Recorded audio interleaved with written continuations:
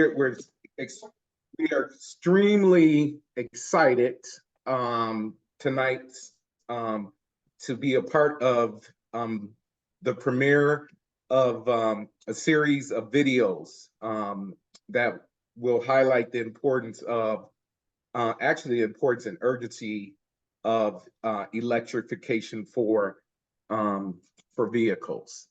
And so I want to thank everyone for tapping in to this virtual premiere tonight.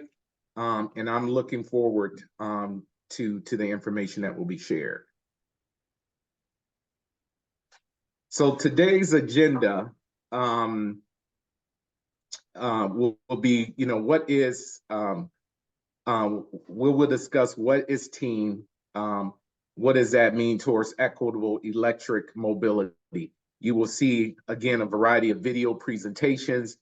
There will be a Q&A and discussion with the interviewees and members of TEAM. And then finally, there will be a call to action. And then we'll talk about next steps and how you can really get involved and engaged in this movement and work.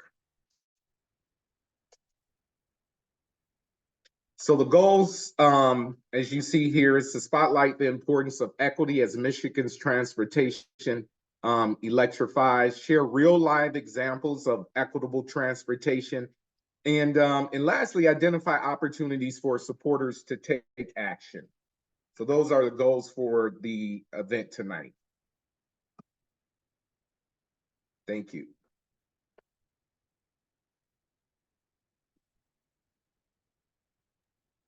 All right, thank you again, everyone, for joining. You should see a poll up on your screen. We just want to ask you a few questions to get to know who you are, where you joined from, and then some of your preferences, just to get you thinking. So if you see this poll here, if you wouldn't mind responding to this poll, letting us know where you've come from, and then just a few questions to think about here. So we'll give you a minute or two to respond to the questions before moving on.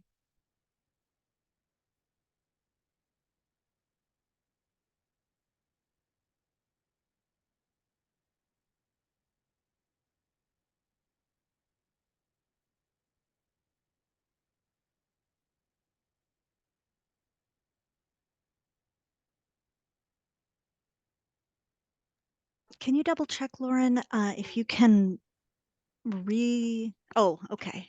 Can you relaunch the poll? Somebody said they couldn't access it.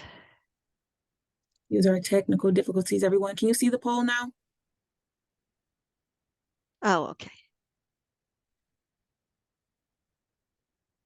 Thank you. Starting to see a few responses come in.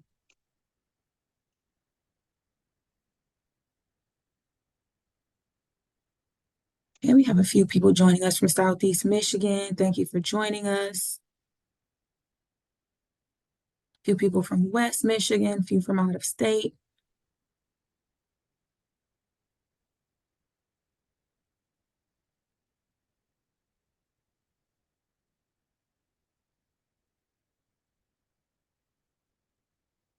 And then we have a fun fact here that we like to share as well. So we'll give it just a couple more seconds and then we'll go ahead and move on from here.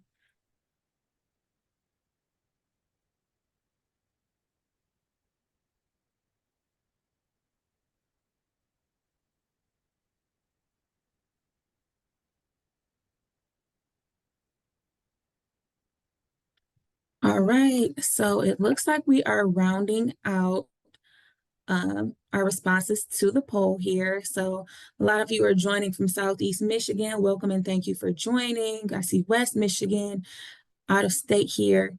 For our second question, we got a variety of answers.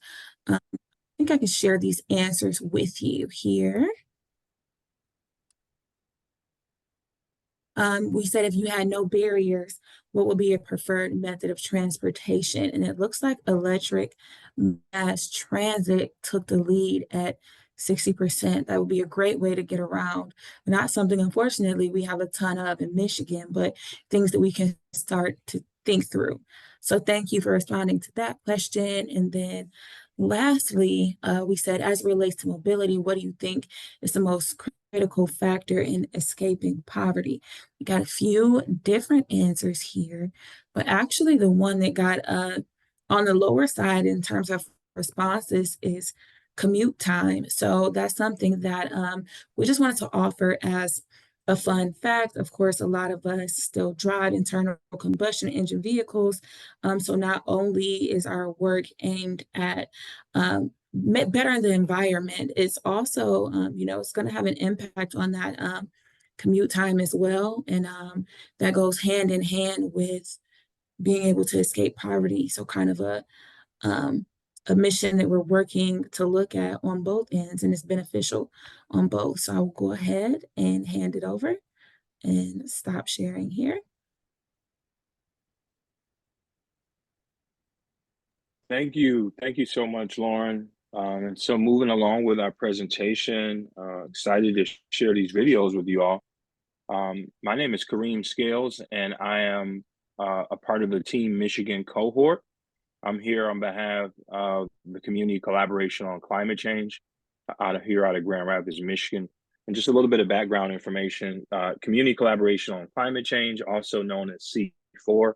We are a BIPOC-led environmental climate justice group out of Grand Rapids, Michigan. And really, our main focus through our work is to provide resources to those who've been disproportionately impacted to be a part of the solutions. And so just wanted to give that kind of brief background, but in terms of team, the community of practice is what we call it. And it is a collaborative initiative between Fourth and the Greenlining Institute. And so one of the goals of the initiative is to advance equitable electric mobility. It's a multi-year and a multi-state effort. So we have multiple different state partners involved. And for the purpose of today, you'll be meeting with our Michigan team cohort. And so one of the big focuses is to promote racial equity, electric transportation, and climate change goals.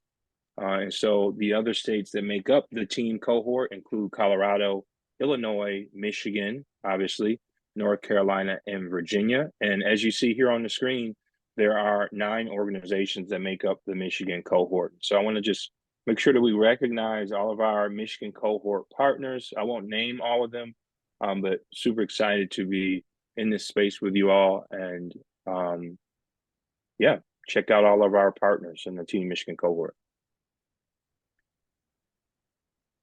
All right, next, I'm going to touch on some information as it relates to our team transportation values. And so, as you see on the screen, those values include affordable access for all, equity and justice, sustainability, health and safety, and accountability and responsibility. And so in 2023, last year, the Michigan cohort really spent a lot of time really identifying what is our values as it relates to the work we'll engage in here in Michigan. And so we created this values-based framework, and the goal is that that framework would evaluate Michigan's electrification and transportation investments, and also position us to hold our Michigan elected officials accountable on those budget priorities. And so we got to these values through several collective brainstorming sessions that included each of the partner organizations. The cohort then used this values framework to evaluate and make recommendations on the state budget related to transit and fleet electrification. And so we're currently now in the process of using these values as a guide for our storytelling campaign, which you'll see here just shortly on transportation, and to inform our advocacy moving forward in 2024 and beyond. And so next, what you see here, it really details some of our transportation budget advocacy efforts. And so the cohort was able to share this values framework and specific recommendations with some of our local elected officials at the governor's budget office. And so thanks to the efforts, the Michigan House and Senate passed the 2023 and 2024 state budget bills, and it included 110 million funding boost. Again, I'm gonna say that again, $110 million in a funding boost for public transit and also $25 million for electric school buses. Unfortunately, no funding was set aside for clean fleets at this time, but this year's budget does include that 20 million, which is a win. And so this year's draft budget only includes the 5 million for local bus operating. And so we want to get that in the clean fleets budget increase along with set aside for an e-bike incentive program for at least another 8 million. And so as you see here on the slide, these are some of the budget recommendations and outcomes that we've been leading on behalf of the Team Michigan cohort to really apply that pressure and hold our electeds accountable to make sure that the investment is reflective of what we're hearing from community.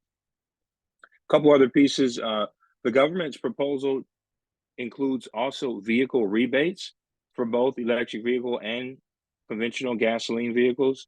And so while that rebate is higher for EVs and hybrids, it's right now it's about $2,000 plus an additional $500 if it is a union-made vehicle, versus for conventional vehicles, it's $1,000 and an additional $500 if it's union-made. And so the rebates for conventional vehicles would likely, if it wasn't staggered in this way, they would really literally gobble up most of the funds. And so it's strategically positioned in that way to allow for and encourage electric vehicles here in our state. And so with that said, I want to go ahead and preface what we're all here for. And so super excited to be presenting to you all our video. And so just a little bit of background. Last fall, our full cohort came together. We spent a half-a-day session discussing those budget outcomes you just saw. We also discussed what aspects of our campaign are working, how can we be more successful, what didn't work. And so what we came to the conclusion of is that we knew we wanted to continue advocating for the same set of values and really take it to the next level. How can we grow it even bigger and really push for more equitable transportation budget wins? And so, but we also wanted to hear from our community members, right? We want to make sure that we're centering community voice in all aspects of this work. And so as we were having that conversation, we said, what better way than to capture people's stories and connect them back to our values framework? And so the hope, and it was and is that we create that feedback loop so that we can hear these stories and allow them to really improve our advocacy. And on the flip side, sharing these stories will amplify our values and also really, ground them in reality. And so hopefully reaching those key decision makers and creating a better transportation system for everyone. So super excited. I know our team members will could echo my comments. There was a lot of energy and time that went into the creation of these videos. And so without further ado, we want to share with you all what we've created alongside of our community constituents with this 12-minute compilation that captures some of those highlights from each of those of our 13 Michigan residents that we interviewed. And so following the video, we'll also have some Q&A. And so with that said, let's kick off the premiere of the Team Michigan cohort videos.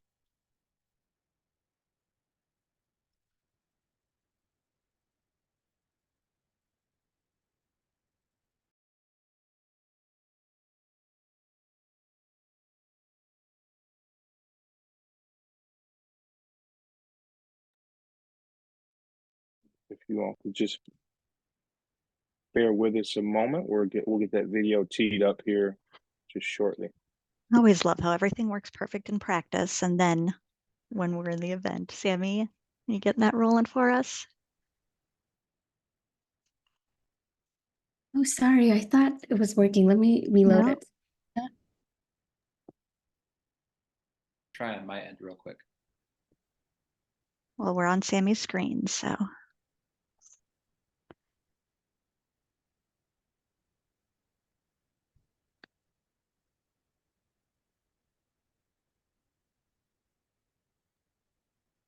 Thank you all for your patience. Here we go.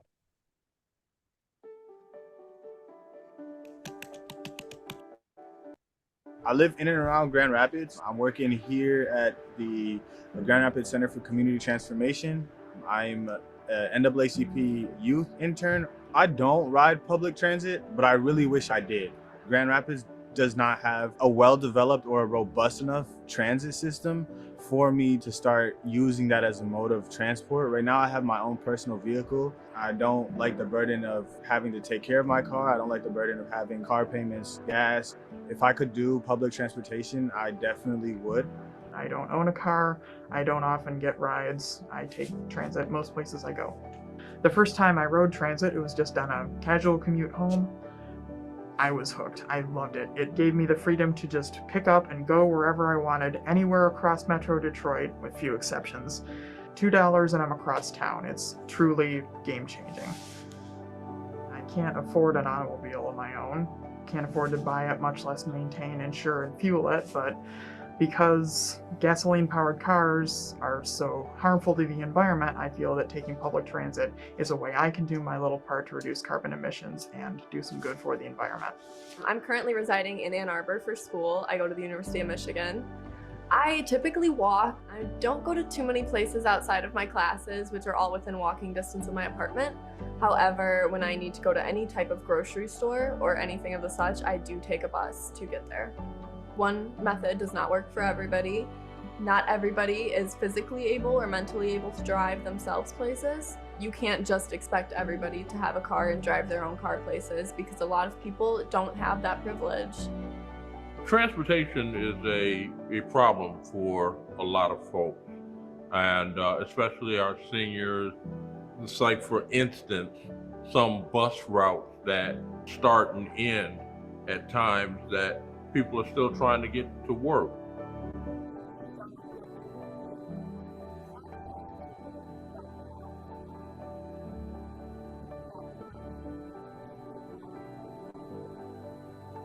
Cars are not always the answer. And I grew up in a very pro-car household. My dad worked for, one of the big three, and it's a very important part of Michigan history.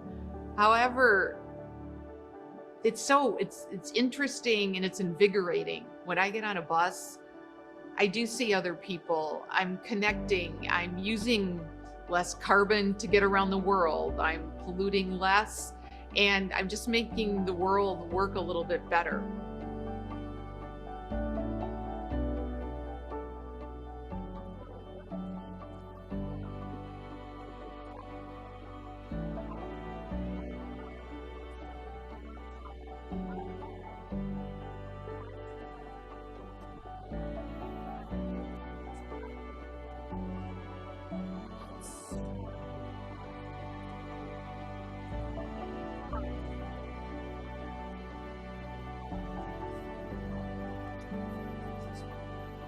I ride the bus for a few different reasons.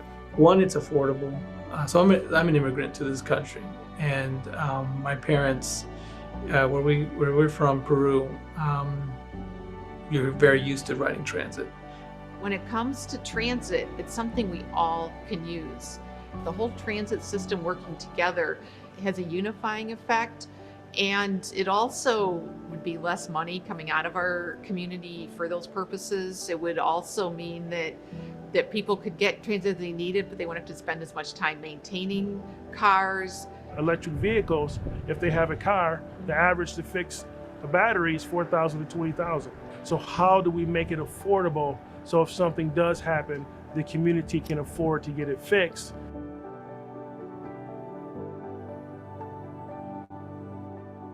We don't have access to a whole lot of grocery stores. On my block, the only pharmacy is closing.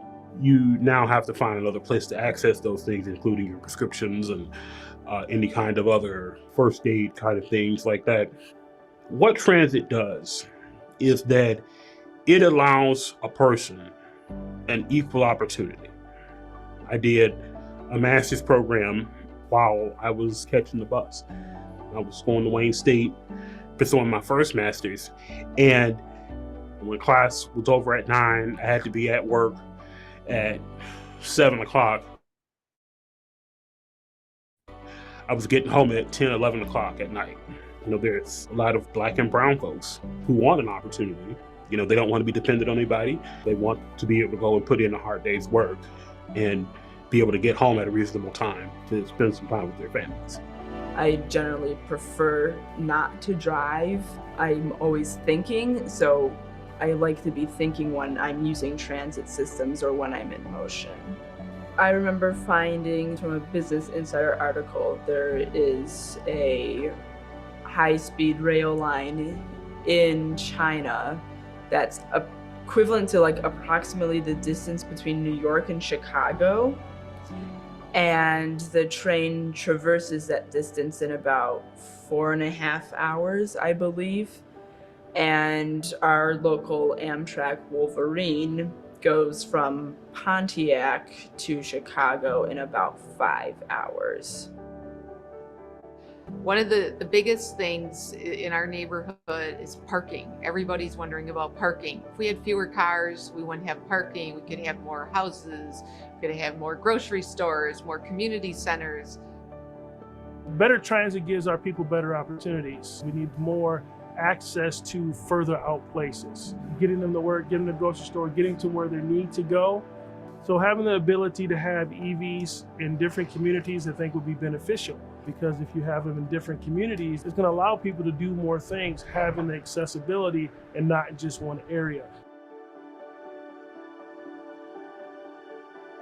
When these air quality days started to happen, I can remember walking to the bus stop. It's about a half mile from my house. During those days, I had to breathe a little heavier walking to the bus stop. The big way the poor air quality days affected me getting around was just that I was on the bike all the time, and being out in the smoke was not easy on my lungs. It was a very strange experience after COVID, having to go outside and put a mask on. I was used to doing it the other way around. The more kind of transportation and electric vehicles progress, we're putting out less carbon emissions, and for someone my age, that kind of substantially matters. One fewer car downtown is just better in my opinion, and that times however many people can use EVs, the better. You have the electric bikes too, not just the scooters. I think that would be more beneficial because you're not putting in much carbons up in the air. You're not creating a lot of smog. I love the idea that we're finally getting to a place where we don't have to use fossil fuels anymore.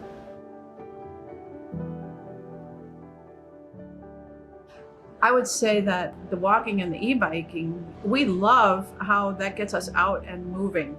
We really like to figure out ways to get exercise while we're doing the things we need to do, running our errands or visiting friends or our family. This past summer, the poor air quality was really impactful on my life personally. I was sick for a good majority of the summer with a really bad cough. I ended up having to go onto a Z-Pack and other antibiotics for it. And my little sister was also sick. It was just really scary to see the sky be so smoggy and the sun not to be able to come through for multiple weeks at a time. I live on the south side of Grand Rapids, Burton Heights. I bike and take the bus and walk everywhere. I don't own a car on purpose, so I'm constantly breathing in like exhaust because I gotta walk all the way out to Burton or Division to take the bus. I was stuck in getting jobs that did not allow me to purchase my own personal vehicle. I got to a point to say, well, we just need to have better transit so that, if you don't want to have a car, you don't exactly have to. Parker Village started with just an idea and a prayer. I think I had $50 to my name at the time that I got started with this journey, and about $800,000 later, we are prospering. It's a bit difficult to define one solution. At this point, I think more electric transportation would help, would be significant, but it might not be significant enough. I see this range of electric vehicle options as being really important to fight climate change. I think it's going to make it possible for people to make a variety of choices about how they situate themselves in a community, where they choose to live, how they choose to live, and how they choose to get around. I think it's only going to happen if there are really solid policies that make it possible for a broad range of people who make lots of money and people who don't make much money at all, to be able to access all those resources. We're fighting against big corporations who really have some of our politicians in their pocket. Unfortunately, the use of electric vehicles is so cost prohibitive for many, and that to me is really unfortunate. I think our legislators could be coming up with ways that electric vehicles are more affordable and accessible to low-income communities. Having a public transportation that is cost-effective, works to diminish the use of fossil fuels, is going to be more and more important.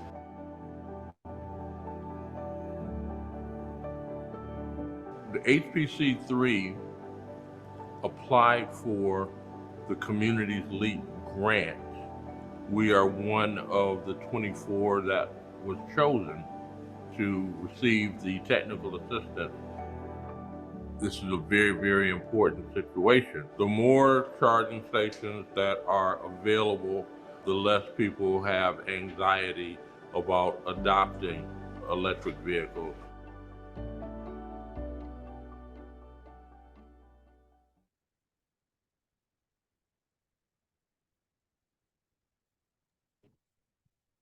All right, everyone. Wasn't that great? Hello,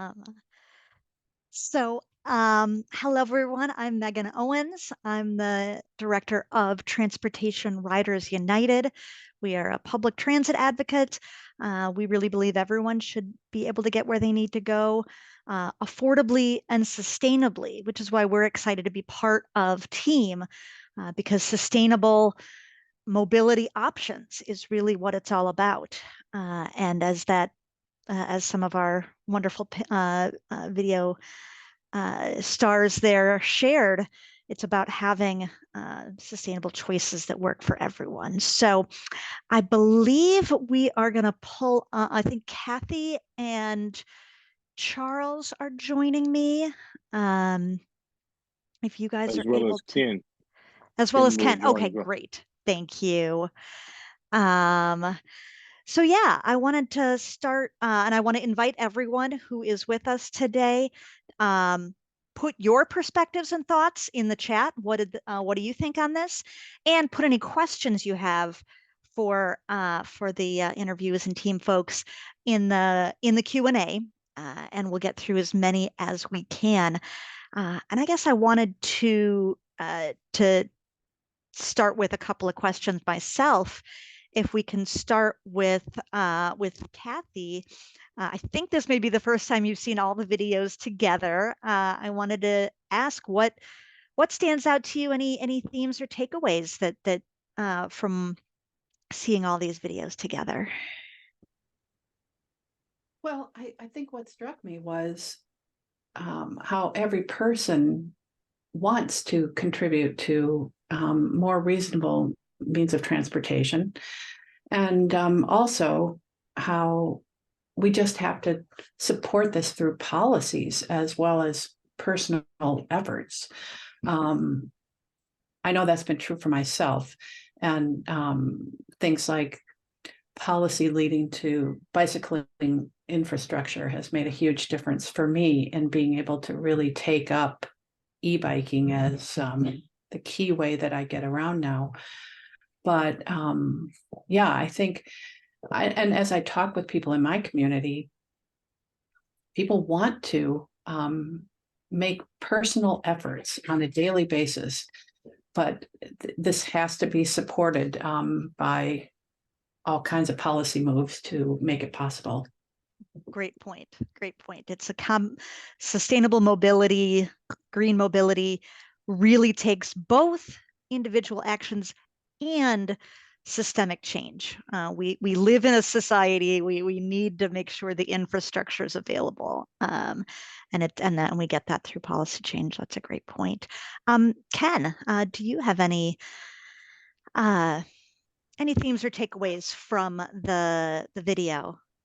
Yes, of course. Thanks for having me, Megan. I think the thing that hit me the quickest was how diverse in thought we all are in different approaches. I think that I myself tend to be pretty far on the radical side of, get rid of your car, put on your shoes, or roll if you can, but that there is such a difference in comfortability and possibly ability as well, and how we approach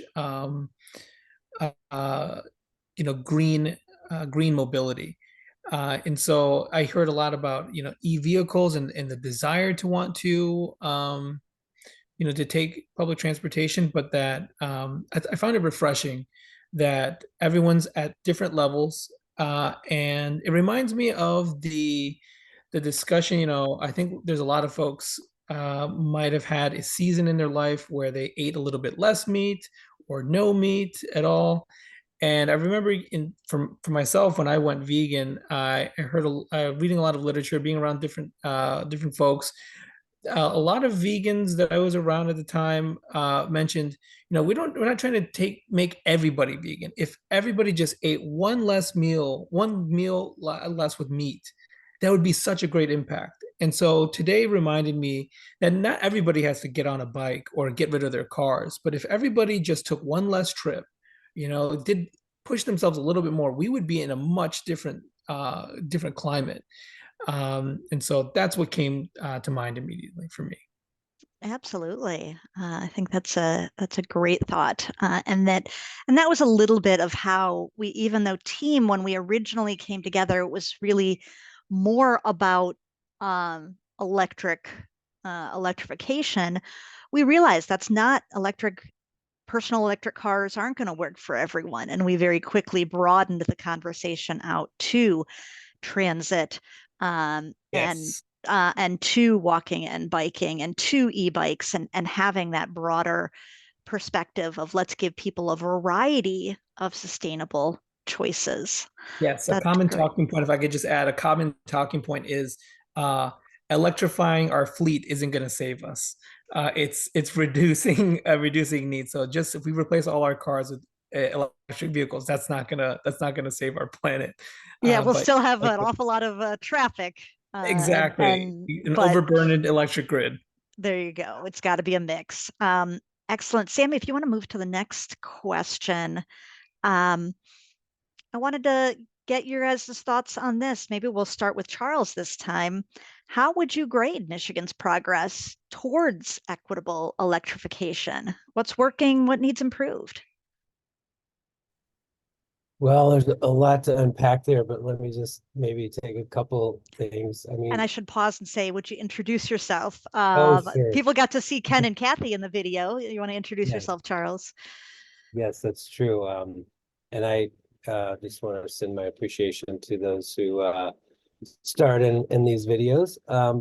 I'm Charles Griffith with the Ecology Center, and we do a lot of work on transportation and clean energy and other good things. But focused on the transportation part of it today, I think, there's some things that we can, grade Michigan well on, but there's also a lot of work yet to be done. I think, as you saw from the slides that sort of looked at just the Michigan's budget, which is, budgets are a good measure of what, the values are of in this case, the state. But we could apply this to local governments as well. And, even our own households, right? There was a big one last year on electrifying our school bus fleets. That's one small piece of the overall puzzle.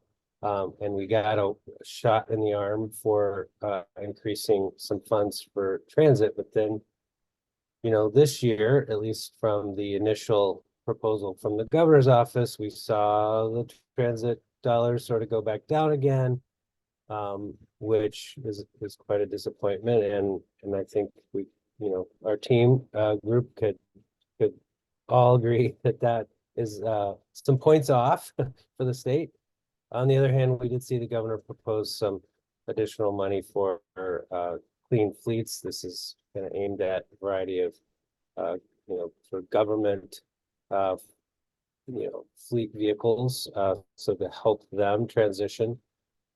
We also saw some money for increased charging infrastructure with a focus on sort of community-based charging to help those in particular who may not have access to charging at their own, you know, home because they don't have a garage or a, you know, driveway that they have control over. So, you know, that necessitates having other charging available in the community. So there is some money, at least in the initial budget proposals there for that. And I think Kareem talked about the a vehicle tax credit that gives higher credit for EVs, but then gives credit for other conventional vehicles as well. And I think probably we're pretty solid amongst the team groups that that's not what we want to be doing, is encouraging more cars that are just conventionally fueled with gasoline. EVs are a step improvement, but they're not the whole solution as we've all talked about. So, Excellent. you know, and then I saw in the Q&A that a number of people have asked why we haven't focused more on active transportation like biking and walking. I think it was just a lack of time and bandwidth, but obviously those are very important too, and we need to you know, support more programs that provide safe and convenient, you know, opportunities for more people to bike, either whether they're e-bikes or human powered, or to walk and not be limited by too many highways without enough crossings, and having to take your life in your own hands to cross the street. So I'll shut up now, but those are my reflections. Excellent. Excellent. Kathy, anything you want to add to how you would grade Michigan's progress? Well, I think Charles really made a lot of important points. I do think that the if you build it, they will come orientation seems to work in many settings and around many problems. And I think if we can get enough of a groundswell of people really seeking electric solutions to transportation, and get some of these pieces of infrastructure in place, people will make the move. But I think Charles excellent. had a lot of specificity to what he had to say, and that was helpful. Charles is definitely an excellent advocate in these areas. Actually, Sammy, if you want to move us on to the last question I had, and then we'll see if we can touch on a couple of the Q&A. And in fact, I think this was we got a couple of answers in the Q&A to this question about what's missing. We didn't include a lot in the video about active transportation, and I think that was a lapse on our part, something that we should work to incorporate more of. It's certainly something that we see as a critical part of the transportation infrastructure. And then also a question of why it didn't include voices of people with disabilities. There are some excellent adaptive bicycles and scooters, accessible EV, great point to the person who noted that. That's another area where, and then also the question of not only is transit an important part of mobility for people with disabilities, but also a challenge. A lot of EVs don't make space for a wheelchair, et cetera. So, yeah, Ken, what what are your thoughts? What's missing? Either from the videos or from the discussion of equitable electric mobility. Sure. There's always the visible, disabilities that we might have, and I think that's probably what people are referring to. But there's, a spectrum of abilities and disabilities as well. What I think might be missing is the focus on micromobility and electric micromobility. Again, I think I'm leaning pretty far on one side, where I think that the solution isn't to bog down our system with more personal EVs. We're just swapping one bad thing for another bad thing. But I think or for a it's slightly less bad thing. yeah, a slightly less bad thing.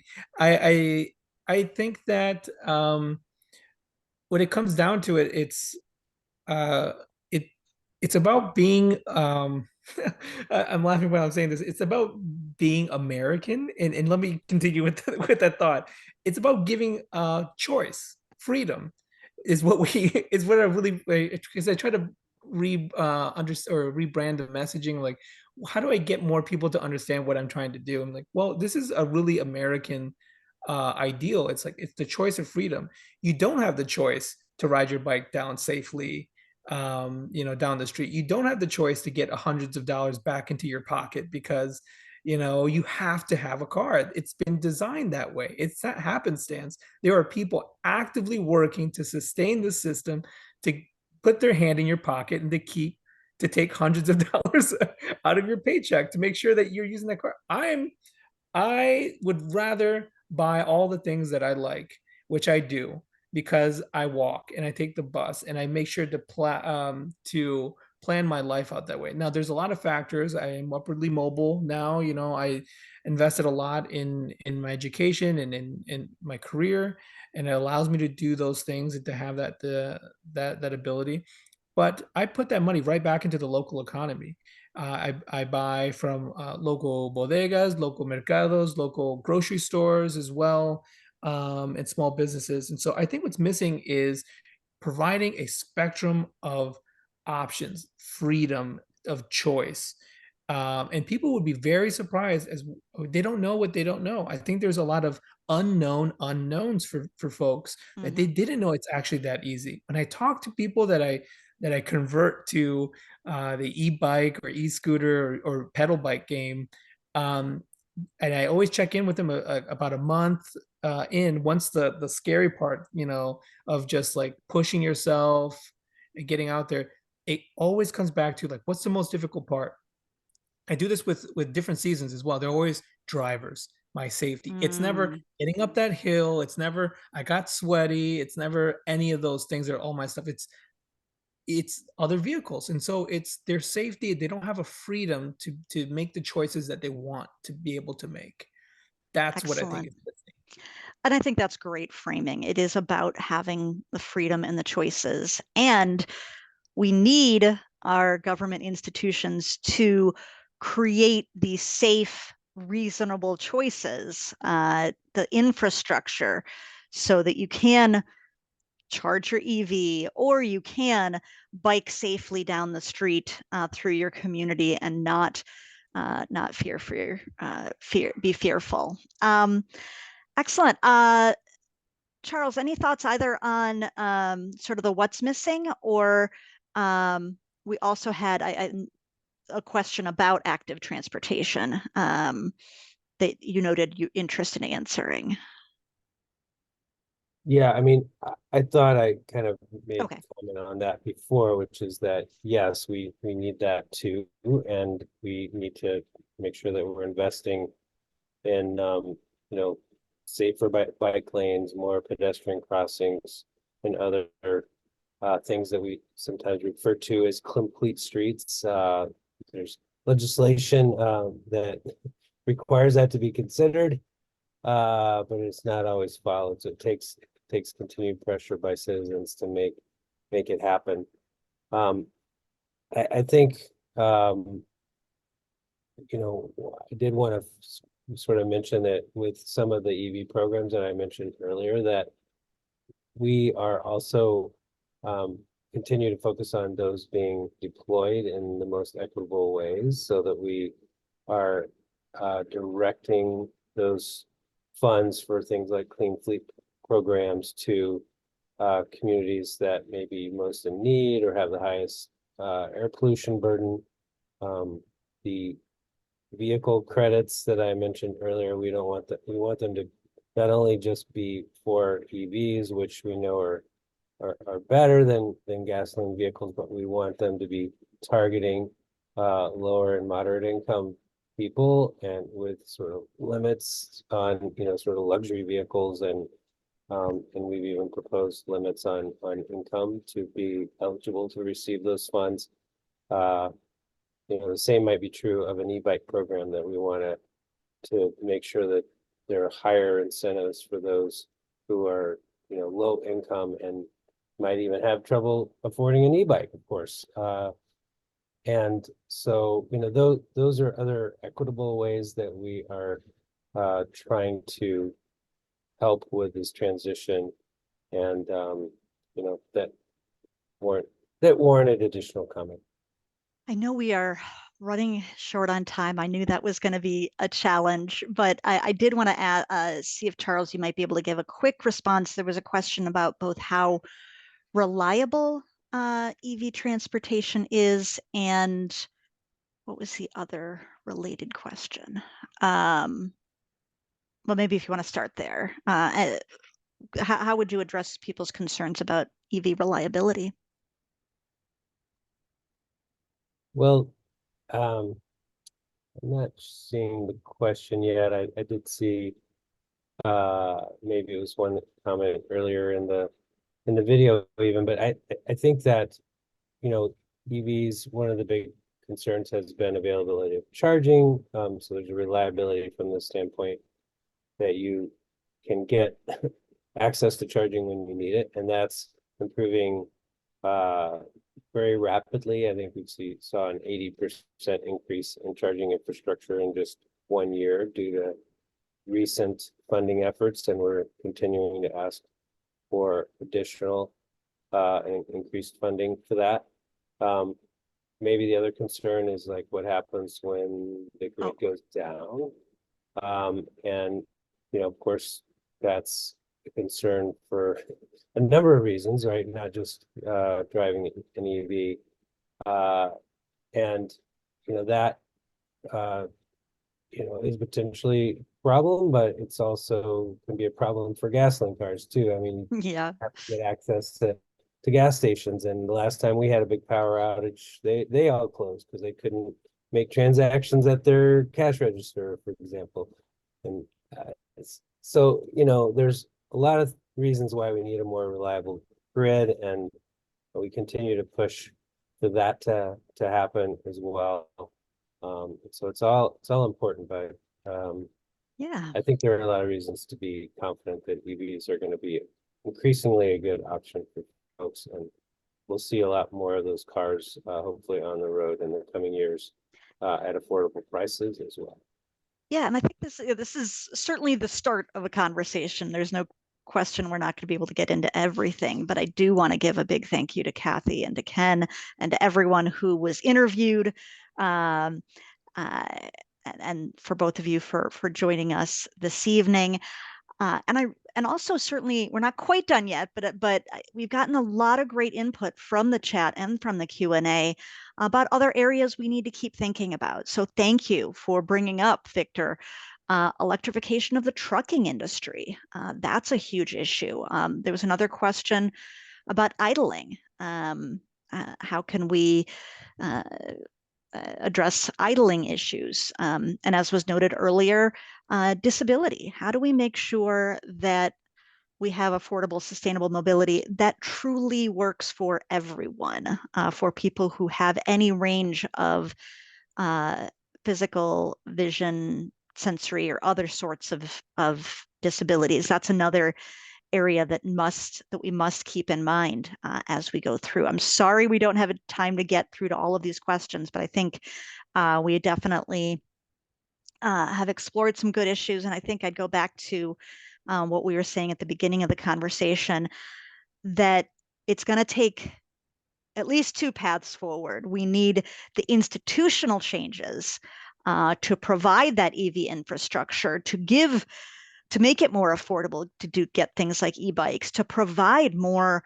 reliable and consistent transit options for people who don't want or don't need to drive, as we also work to do our individual part, encouraging more people to get out and use transit, to try EVs. When I had to go up to Lansing to testify, I rented an EV. So I'm a big fan of having that range of choices. So until we get that train. If we can move forward, Sammy, we want to talk about a couple of the ways that people can be involved. As was noted earlier, Michigan leaders are deciding on the state's are deciding over the next month or two on the state's budget. And as Rhonda just put in, funding is the main concern, and revenue issues. So there are a number of different ways. We really encourage each one of you to share your thoughts and concerns with your legislators. Our state legislature just last year, just a couple of months ago, passed a big package that dealt with the kind of production side of electricity and climate issues from an electricity sector. But there's a lot more that needs to be done, and our legislators are very interested. There is a brand new transit caucus. So if legislators are paying attention to these issues, but they need to hear from you. So we at TRU, we've got an action alert. If you go to DetroitTransit.org, we've got a quick tool where you can tell your legislators that you want them to boost funding for transit. Ecology Center has an action where you can push for more funding for transportation electrification and healthy homes. And if you are generally interested in what we at TEAM are doing, then you can check out that link tree and find out more about supporting TEAM. So thank you so much for this conversation. I think am I turning it to Kareem or to Lauren? Kareem, anything you wanted to add about taking action or getting involved before we move it to Lauren? Yeah, I'll be really brief before we pass it over to Lauren to close us out. I just want to say thank you again to all of our interviewees, Ken, everyone who participated. I think this is really at the core of our work, really, is sharing those stories to inform our work. And so just super excited to be sharing this with you all. Only other thing I would add is, again, just want to strongly encourage you all, definitely check out our link tree, get involved with TEAM, support our work. This is the introduction to much more to come. And also I want to add, I think, to one of the questions around, kind of why wasn't walking or biking kind of further emphasized. In addition to the 12-minute video that you all watched, we do have individual interview videos as well. And so we'll make sure to share those with you all, and you can learn more from the interviewees about their perspective, right? Because everyone comes from a different place. And so I just wanted to close with that. Thank you all. Please sign up and stay involved with TEAM. All right, and we're going to move forward and we're going to take one last poll here. So we're just going to ask you 3 more questions that will help us understand if you felt like today's webinar was helpful and give us insight into what topics and funding opportunities you're most interested in, so we can provide more support. Ultimately, our goal is to support a handful of communities to be successful and in applying for and getting access to the funds their community needs. So I'm going to go ahead and initiate this poll here. Let's hope that it works the way we want it to work this time. Mm-hmm.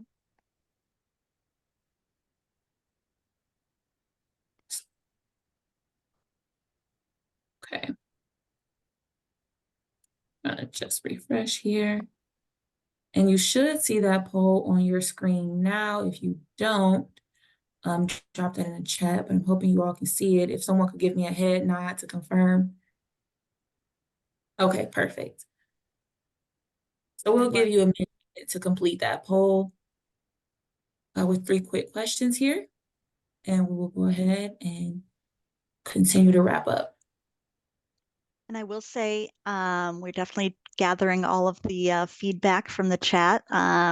So if there are other topics that you want to make sure we spend some time talking about, this is the premiere. This is the launch of these videos. We are going to be sharing them through all our different organizations, through social media, not only this compilation video, but the individual videos.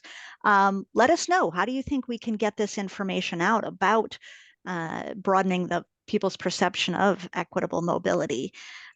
Please share ideas that you have and stay in touch.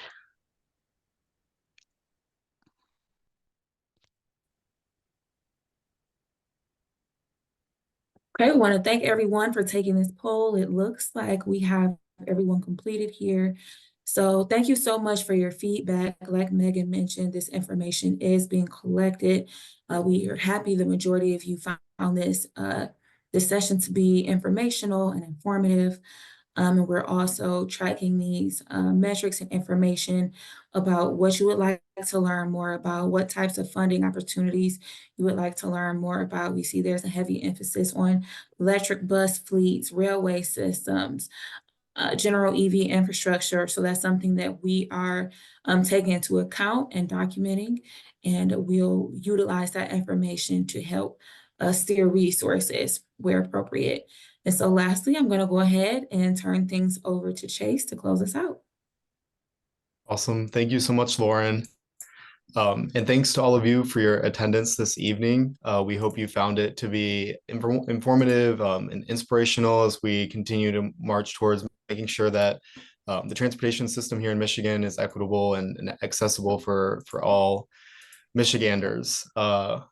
Again, I just in our last couple minutes have some housekeeping things. We want to thank all of our participants who took the time to come and have their stories be recorded and shared. We're really excited about this product as a resource to work in our advocacy, and then as a way to help uplift those stories. And then want to give a special thank you to Kathy and Ken for taking the time to be here with us today this evening. And thanks for fielding some of those questions for us. After the webinar, we will be sending out a follow-up email to everyone who registered that includes more information about TEAM, the cohort, our campaign, and ways that you can stay connected with us. And we'll also have links for each of the individual interviewee videos that Kareem was talking about earlier, so that you can see in more detail some of the stories that were shared and highlighted this evening.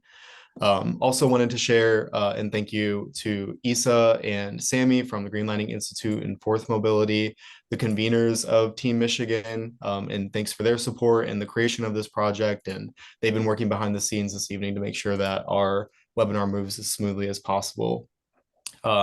Last but not least, again, thank all of you for your attendance this evening.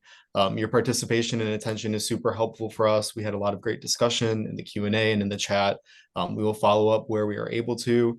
If you're interested in reaching out, on the screen right now, you can see the contact information with the social media contacts for each of the team cohort members if you want to get in touch that way as well. We thank you all for your time this evening. Thanks for spending an hour with us, and we look forward to working together to advance equitable electric transportation here in the state. So thank you and have a good rest of your night.